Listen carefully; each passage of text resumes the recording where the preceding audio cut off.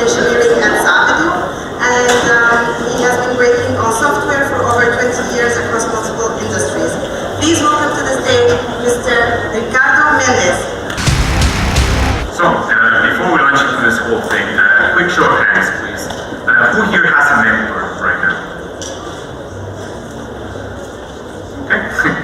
And who here is currently mentoring or has mentored someone in the past? Oh, interesting. I was expecting the balance to be a bit different. Well, I'm going to be talking about my own experience while mentoring, so let me tell you first a bit about me so that you know where I'm coming from. I'm a software engineer by training, actually, and I started with Méndez where I was running project-specific distributed teams for large data projects. I'm currently the head of engineering at Savedo, a financial marketplace startup out of Berlin, where, by the way, if you're a Ruby engineer, we are hiring. I've been doing software development professionally for over 20 years, from writing low-level assembly code way back when to starting companies. And during this time, I've had the opportunity to mentor people in different areas. The funny thing is that even though I've been doing this for a while, I've never thought about an important aspect of it, which is what's in it for you as a mentor. For me, mentoring served two purposes. First, it was a good way to meet people with whom I may want to work in the future. And second, it allowed me to pay forward a bit of the help that people had given me in the past. It wasn't until recently that it actually dawned on me that there's a lot that you can learn while mentoring someone. So I'm going to be talking about the process. I'm going to be giving you a few tips that I've picked up along the way. But hopefully I'll also be able to sell you this idea that you can improve yourself while helping others. But first, let's talk a bit about movies. I'm a gigantic movie nerd, and by this I don't mean that I watch a lot of Netflix. I mean that I obsess about movies. I go on filmography pages. I travel to film festivals. I'm that guy who gets into an argument about why casting Scarlett Johansson in Ghost in the Shell's an abomination, but can also defend why the American version of The Ring is a better movie than the Japanese original. So, of course, when I started putting together my notes for this talk, I turned to movies. I figured, I remember a lot of movies with mentors in them from way back when, so I could probably find a few good examples in there to drive the point home. How hard can it be, right? Until I figured out that most movie mentors suck, or actually most portrayals of mentoring in movies are fairly bad, even when the mentor himself is a cool character. So this sort of ended up affecting the talk a bit. So show of hands again, just some of these references might be at all, so I'm curious to see who has seen the movie. So I'm going to go through a few movie slides, and if you have seen the movie, please raise your hands. And easy mode first. Yeah, figures. I'll go down. Okay, how about the original Highlander? Good. Whiplash? And Almost Famous. Interesting. Okay, so why movies? Besides me being crazy about them. And the thing is that media informs identity. This may sound like a bit of a triviality, but our brain likes reference points. And if we don't have enough examples of something around us, like if we don't have enough examples of mentors around us, our brain is going to go off and fetch one from a movie or a book or a story. So I'm going to use these examples to compare and contrast with what I think makes a good mentor. And the first aspect of it is willingness. Because movie mentors do this thing where they just show up out of nowhere. And this is a bit of a pet peeve of mine. For instance, if you consider Highlander, initially, McCloud is going around completely clueless about his own nature, almost getting killed by the Hurricane. And this next second, Sean Connery materializes beside him, looking all flamboyant, and it looks like you could do some mentoring. And this idea is so deeply embedded in our culture that there's this much quoted line of a disputed origin of when the pupil is ready, the master will appear. And I used to sort of like the sound of that, but in retrospect, it sounds really snobbish. Like this, if you consider yourself a master, you should just lay behind, waiting for a pupil to do enough work that they're worthy of your time. And even if this line were true, it also implies that as a master, you should be in the lookout for pupils, which is going to be our first takeaway here. You have to be open and actively looking to mentor others. Because chances are there's people in your community who are ready for a mentor, but they don't know who to ask or how to ask. In fact, I will turn this around and say that when the mentor is ready, the mentees will appear. Which brings us to our next topic, which is one of confidence. Are you ready for mentoring people? Because movie mentors have this self-assured aura, like they've been around, they know this stuff, they can help. They seem to almost exude confidence. I mean, look at this guy. He clearly does not give a crap what anyone thinks of him.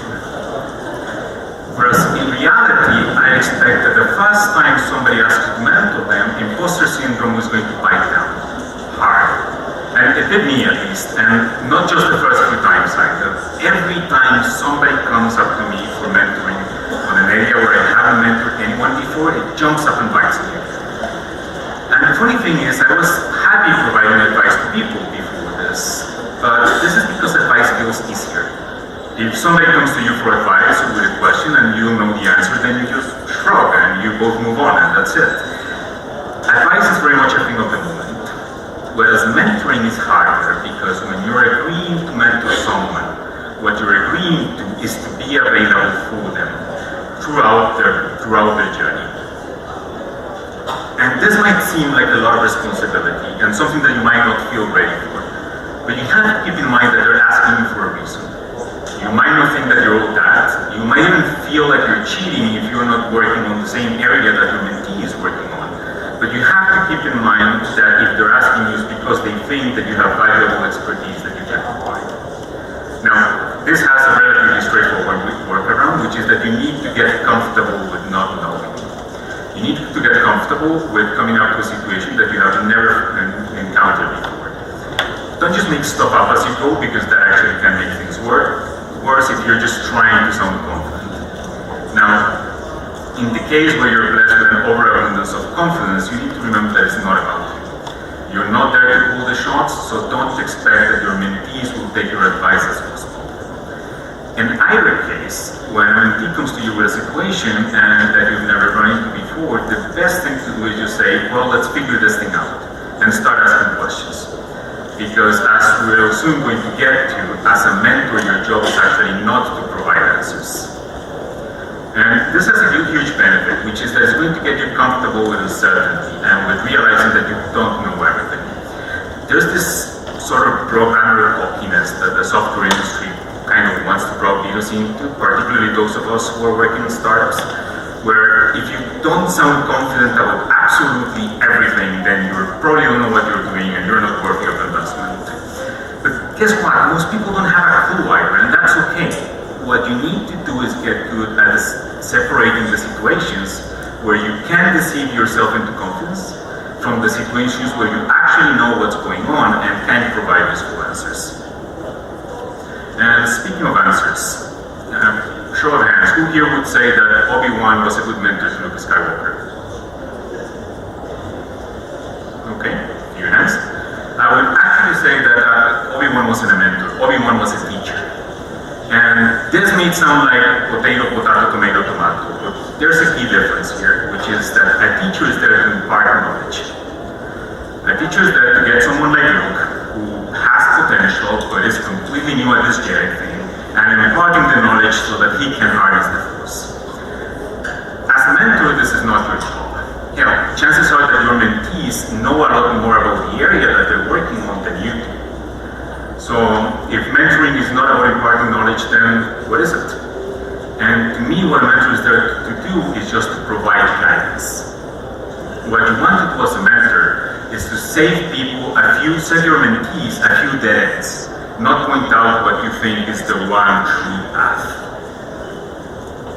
Which is where asking questions comes in.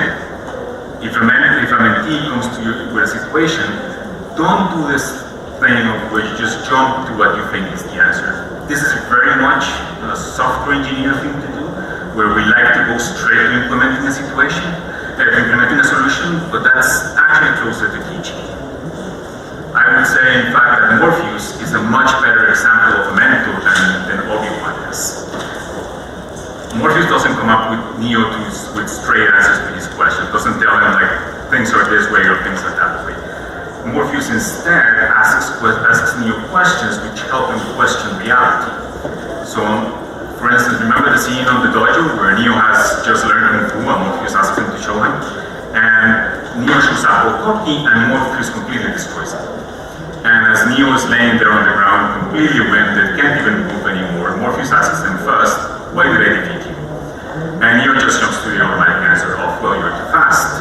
And then Morpheus follows up with two more questions which really help Neo realize his own potential, which are like if he believes that his strength or speed have actually anything to do with muscles in a virtual world. And as the penny is starting to drop with Neo, he asks them, like, do you think that's air you're breathing now? Because he's still winded. And just these two questions makes Neo's mind open up and go beyond the things that Morpheus himself would have taught them. Because we have to be reminded that Morpheus didn't even have the knowledge that he could impart to Neo because he couldn't know what Neo was even capable of. So this is what you want to do with your mentees. You want to help them figure out which questions they aren't asking themselves.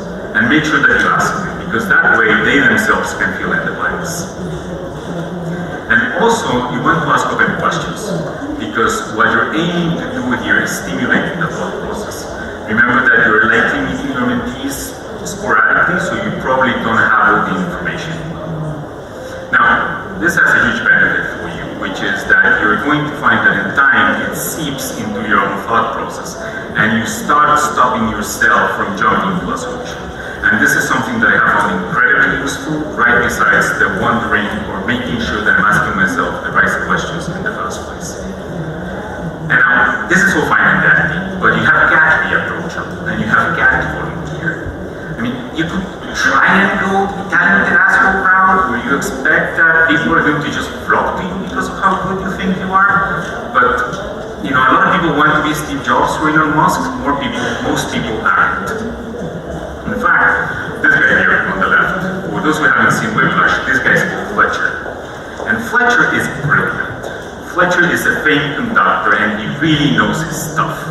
Like, this guy can tell when a random trombonist in his band of 20 people is slightly out of tune. People climb over each other for a chance at working with Fletcher just because of how much they improve as musicians.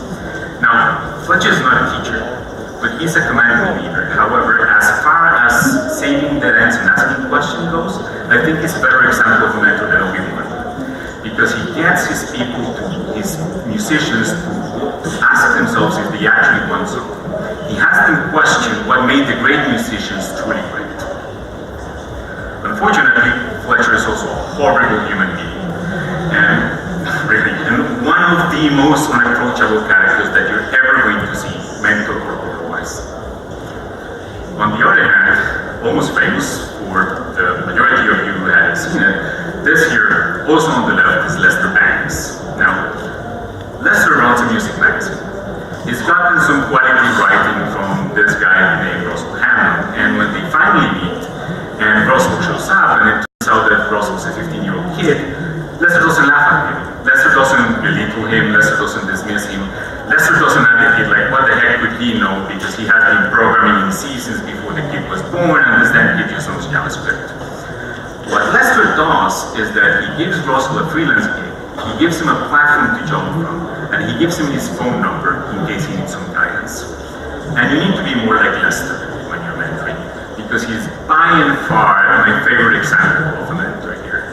Not only is a knowledgeable but approachable character, he is helpful, but he also doesn't pretend that he knows absolutely everything.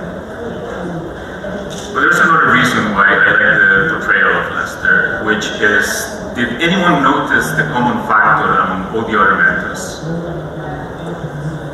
In some cases, there are even literal graybeards. Like, I could have thrown Mr. Miyagi and Gandalf the Grey in there, but that would have felt like cheating. In fact, this idea of a mentor as a wise and character is so deeply embedded that it pretty much single-handedly kept Sean Connery employed for a couple of decades there.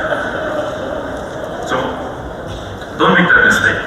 Don't wait until you reach some imaginary age bracket, or hair color, or beard length, or all of the above. Don't wait until somebody gives you the title of senior this or that. If you see a call for mentors, volunteer. If someone asks say yes. The question is, of course, why bother? Because as I said, this is going to be a lot of work. And I made the comment earlier that there's a lot that you can learn while mentoring. And I've mentioned a few benefits, but I'm going to go over a few more, which is that mentoring helps you articulate your rationale. When you meet, we all come up with these thought processes, and then we don't question them. We just keep them in our heads and keep applying them. And having to expose them to different situations helps us articulate our rationale and see if it is still valid. Because we tend to build these bubbles around ourselves, and confronting our thought process and seeing it through someone else's eyes helps puncture this bubble. And I also mentioned earlier that I expect your mentees know more about their own area than you. They just don't know about running teams or going into a new market or whatever they ask you to mentor them about. While being in regular contact with them, you get to feed off of what they learn about that area, and this helps you grow as a professional. And Oliver Fan, who's here on the back and he's speaking today at 6, he made a comment to me when we were talking about mentoring that to him mentoring scratches the same itch as a personal project, which I found fascinating because it's something that I have felt but I've never articulated. And it is that these projects, these things that your mentees are working on, they're not your own baby, but you get to influence how they're raised. So in that sense, mentoring can act as sort of delegated personal growth. But more importantly, I think, improvement requires exertion. And the only way to actually grow is to encounter new situations. I don't expect you're going to be doing that very often at your 9-to-5 job, because whomever pays your salary doesn't want you to continually encounter new situations, because new situations have a learning curve and you can screw them up. And your employer is not going to like either of those things. However, when you're mentoring someone, mentoring is going to be new situations delivered to you weekly, ready or not. Finally, I'm sure that we have all been helped in the past, and mentoring is a good way to pay it forward. So I would recommend that you be open, be willing, and be approachable to mentoring, because you're going to be better off for it. And just one final thing. Yonut did me the favor of reviewing the first draft of this talk, and he brought up a point that I hadn't thought of, which I think is particularly important for those of us who are more senior, which is that we need to be brave enough to ask someone else to mentor us. I have to say that I lucked out and pretty much stumbled upon my first mentors, and you shouldn't give them the chance, particularly if you're thinking about mentoring someone yourself. Because the same thing that lets you recognize that you don't have all the answers and that you could use some help is going to go a long way towards making you more approachable to others. So there you go. Even just reaching out, I learned something myself. Thank you.